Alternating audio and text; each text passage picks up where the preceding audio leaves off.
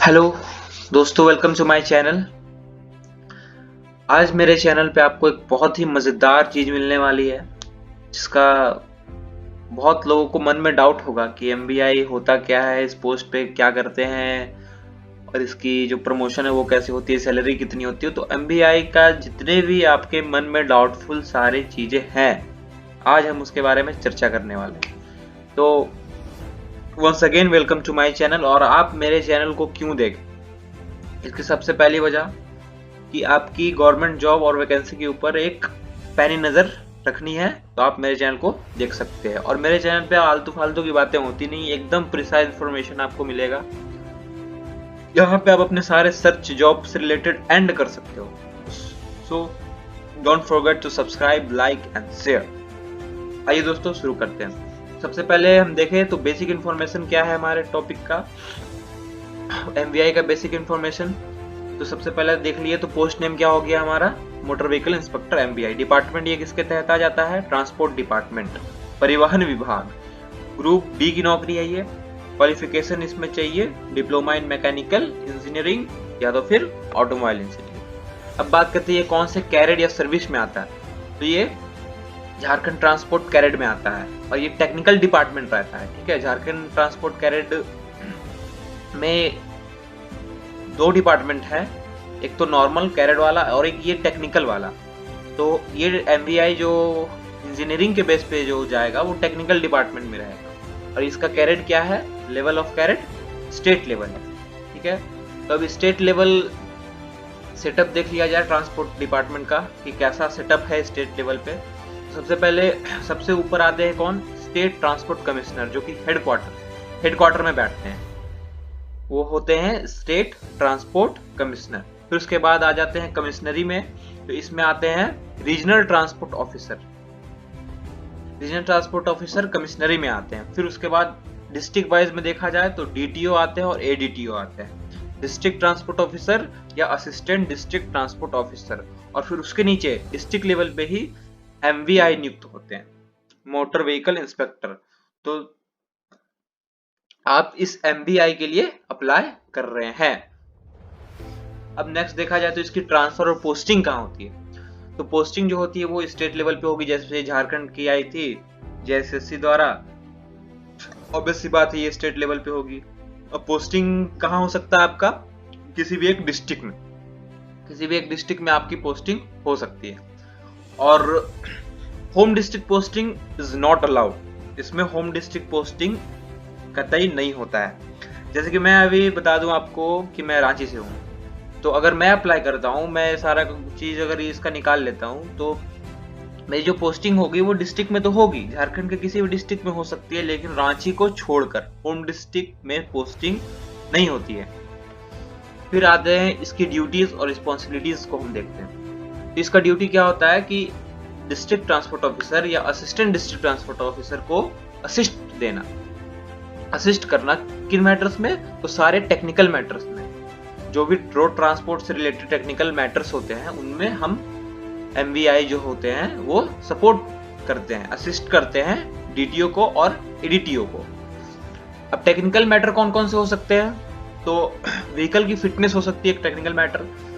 तो व्हीकल की फिटनेस के लिए जो भी एग्जाम लिए जाते हैं, जो भी एग्जामिनेट होता है, व्हीकल का जो भी जांच पड़ताल होती है वो किसके द्वारा होती है, एमवीआई के द्वारा। दो टाइम पे हो सकती है व्हीकल की जांच। पहला जब रजिस्ट्रेशन करवाते हैं आप व्हीकल की, आप जब नई व्हीकल लेते हैं कोई, तो उसकी रजिस्ट्रेशन होती है, तो उस समय व्हीकल की फिटनेस देखी जाती है। और किसी भी एक्सीडेंट के बाद जो व्हीकल की कंडीशन अगर खराब होती है तो उसका फिर से एक फिटनेस टेस्ट करवाना होता है। बेशक लोग करवाते नहीं है, लेकिन नियम के तहत ये करवाना होता है। तो आफ्टर एक्सीडेंट के बाद भी जो फिटनेस ऑफ व्हीकल का एग्जाम होता है वो एमवीआई ही करवाता है। और इसमें एक और बात यह है कि आपका जो व्हीकल का रजिस्ट्रेशन है, रजिस्ट्रेशन के साथ आपको फिटनेस सर्टिफिकेट तो मिलता ही है जब आप नई गाड़ी खरीदते हैं। तो कुछ समय के बाद, over a period of time, जो आपका रजिस्ट्रेशन तो रहता है, लेकिन जो फिटनेस वाला जो कहते हैं ना, फिटनेस, गाड़ी का फिटनेस एक्सपायर हो गया, तो फिटनेस एक्सपायर होने के बाद जब आप दोबारा फिटनेस बनाने जाएंगे तो वो एग्जाम भी एमवीआई के द्वारा ही, मतलब कि जितने भी फिटनेस के टेस्ट होने हैं सारे एमवीआई के द्वारा ही होने हैं। एक टेस्टिंग ऑफिसर की तरह यहाँ पे रोल आ जाता है एमवीआई का। अब भैया बात करें सबसे प्यारी चीज प्रमोशन की। भैया एमवीआई से आप कैसे कैसे प्रमोशन होके बड़े पद पर जा सकते हैं। सबसे पहले तो आप एमवीआई बन ही गए हैं, मान लीजिए आप बन ही गए हैं, अब इतना क्या करना, समझ लो बन गए। अब हमें चाहिए प्रमोशन। प्रमोशन भी ऐसा वैसा नहीं, एकदम कहे तो सरकारी नौकरी है ही, तो प्रमोशन भी उस टाइप का ही होता है इसमें। तो सबसे पहले एमवीआई के बाद आप का जो नेक्स्ट प्रमोशन होता है वो असिस्टेंट डिस्ट्रिक्ट ट्रांसपोर्ट ऑफिसर, एडीटीओ, जो डीटीओ से जस्ट नीचे रहता है। डीटीओ से जस्ट नीचे एडीटीओ। फिर एडीटीओ आप बन गए, बहुत खुशी की बात है। एडीटीओ बन जाओ ना, जब एमवीआई से एडीटीओ बन जाओ तो अपने जिले में एक बार मिठाई जरूर बंटवा देना। फिर एडीटीओ के बाद प्रमोशन होगा आपका डीटीओ पे, डिस्ट्रिक्ट ट्रांसपोर्ट ऑफिसर। डीटीओ बन गए तो भैया आप पूरा राज्य आपका है भाई, ले लो। फिर उसके बाद उसके ऊपर आरटीओ ऑफिस। आरटीओ ऑफिस का तो नाम सब सुने ही होंगे, बस आरटीओ ऑफिसर। आरटीओ ऑफिसर जो है यहीं तक आपका प्रमोशन हो सकता है। बहुत मतलब इतने आरटीओ बनने में, एमवीआई से आरटीओ बनने में बंदे को 40-40 साल लग जाते हैं। तो आप सोच सकते हो कि आपका प्रमोशन कहाँ तक होगा। खैर अगर परफॉर्मेंस बहुत अच्छा रहा तो आप ये जो अचीवमेंट है वो कुछ ही समय में अचीव कर सकते हो, डिपेंड्स ऑन यू। अब एमवीआई से एडीटीओ की नियुक्ति कैसे की जाती है, इस पे बात करते हैं। एडीटीओ की नियुक्ति भी झारखंड ट्रांसपोर्ट सर्विस के अंतर्गत ही होती है और इसकी नियुक्ति भी जो है जेएसएससी ही करवाता है। तब इसमें 50-50% की वेटेज होती है। 50% का वेटेज जो होता है वो डायरेक्ट जेएसएससी का एग्जाम के थ्रू, जेएसएससी एक एग्जाम कंडक्ट करवाएगी एडीटीओ के लिए, और डायरेक्ट 50% का वेटेज जो है उस एग्जाम से भरा जाएगा, और 50% का वेटेज जो है प्रमोशन के थ्रू भरा जाएगा। ठीक है, प्रमोशन के थ्रू भरा जाएगा। अब इसमें 50 का भी 30% जो है वो एमवीआई से उठेंगे और 20% जो है ईएसआई से उठेंगे। तो अपने को कहाँ फोकस करना है, अपने को इस एमवीआई पे फोकस करना है। देखो इसमें मैंने रेड इसको कर रखा है ताकि आपकी सीधी पैनी नजर इस पे ही जाए। तो अपने को ये 30% के बीच रहना है।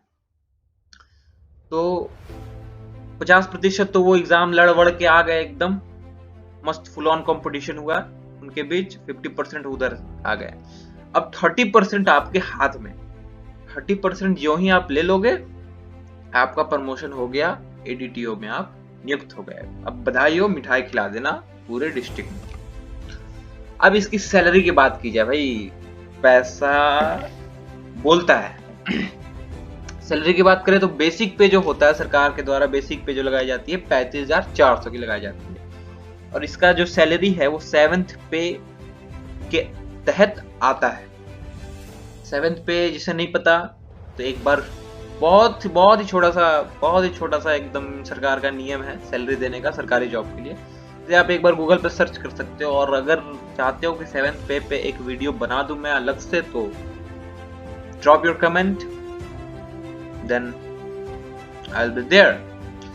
अब इन हैंड सैलरी की बात की जाए तो इन हैंड सैलरी 40,000। तो आप कहोगे भाई 35,400 ही बेसिक पे है और इन हैंड सैलरी 40,000, ऐसा कैसे हो सकता है? तो ऐसे हो सकता है क्योंकि 35,400 के साथ सरकार आपको अलाउंस देती है, आपके फिर से इंश्योरेंस देती है, आपके फैमिली का जो भी सरकारी सुविधा में जितने भी मिलते हैं ना, खनिज लवण जितने भी मिलते हैं, बेशकीमती ज्वारात, सारे मिलाकर ये हो जाते हैं 40,000।